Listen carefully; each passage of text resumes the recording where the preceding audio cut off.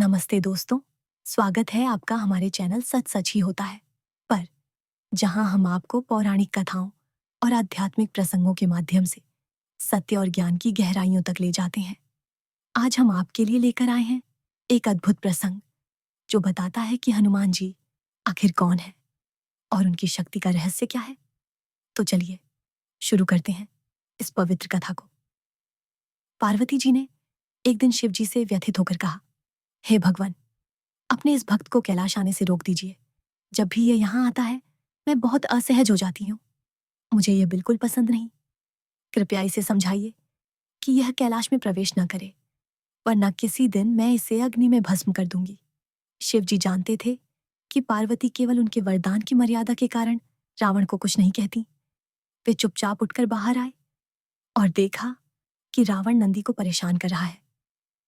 शिव जी को देखते ही रावण ने हाथ जोड़कर प्रणाम किया। प्रणाम महादेव, मैं तो बस आपके दर्शन करने आया था। शिवजी ने समझाते हुए कहा, रावण, तुम्हारा यहां आना श्री पार्वती को बिल्कुल पसंद नहीं, इसलिए अब से तुम यहां मत आया करो। रावण ने तर्क दिया, महादेव, आपने ही तो मुझे किसी भी समय कैलाश पर दर्शन के लिए आने का वरदान दिया था, अब आप उसे वापस ले रहे हैं। शिवजी बोले, ऐसी बात नहीं रावण, पर तुम्हारे व्यवहार से पार्वती परेशान है। यदि उन्होंने तुम्हें श्राप दे दिया तो मैं भी कुछ नहीं कर पाऊंगा, इसलिए बेहतर यही है कि तुम यहां ना आओ। रावण ने कहा, तो क्या आपका वरदान मिथ्या हो जाएगा? शिव जी ने मुस्कुराते हुए उत्तर दिया, मैं तुम्हें एक और वरदान देता हूं। जब भी तुम मुझे याद करोगे मैं स्वयं तुम्हारे पास आ जाऊंगा, पर अब किसी भी परिस्थिति में कैलाश मत आना। पार्वती तुमसे बहुत रुष्ट है। रावण चुपचाप चला गया। समय बीता। हनुमान जी ने रावण की स्वर्ण नगरी लंका को अपनी पूंछ से जलाकर राख कर दिया। रावण हतप्रभ था। वह सोचने लगा, आखिर इस हनुमान में इतनी शक्ति कहां से आई।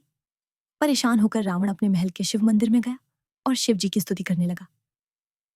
जटाटवी गलत जल प्रवाह पावित स्थले कलेवलंब्य लंबिता भुजंग तुंग मालिका। उनकी भक्ति से प्रसन्न होकर शिव जी प्रकट हुए। रावण उनके चरणों में गिर पड़ा और बोला, हे महादेव, आप अंतर्यामी हैं।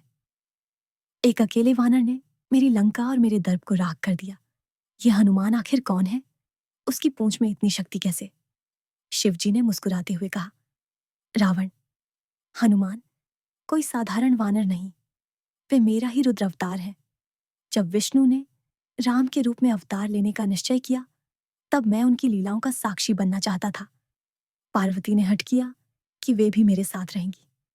तब देवताओं ने सुझाव दिया कि मैं वानर रूप में जन्म लूं और पार्वती मेरी पूंछ के रूप में मेरे साथ रहें। शिव जी ने आगे बताया, इसलिए मैंने हनुमान के रूप में जन्म लिया और राम जी की सेवा का व्रत धारण किया। पार्वती मेरी पूंछ के रूप में मेरे साथ रहीं। उनकी शक्ति के कारण ही तुम्हारी लंका का दहन हुआ। शिव जी ने रावण को अंतिम परामर्श दिया, रावण, अब तुम्हारे उद्धार का समय आ गया है। श्री राम के हाथों तुम्हारा मोक्ष होगा। मेरा सुझाव है कि तुम युद्ध में सबसे अंत में जाओ, ताकि तुम्हारा समस्त राक्षस परिवार पहले श्री राम के हाथों मोक्ष प्राप्त कर ले। रावण को सारी सच्चाई समझ आ गई। उसने युद्ध की तैयारी की और अपने परिवार को पहले युद्ध में भेजा। अंत में वह स्वयं श्री राम के हाथों मोक्ष को प्राप्त हुआ। दोस्तों, यह था वह पवित्र प्रसंग जो बताता है कि हनुमान जी शिव जी के रुद्र अवतार और पार्वती जी की शक्ति के संयुक्त स्वरूप हैं।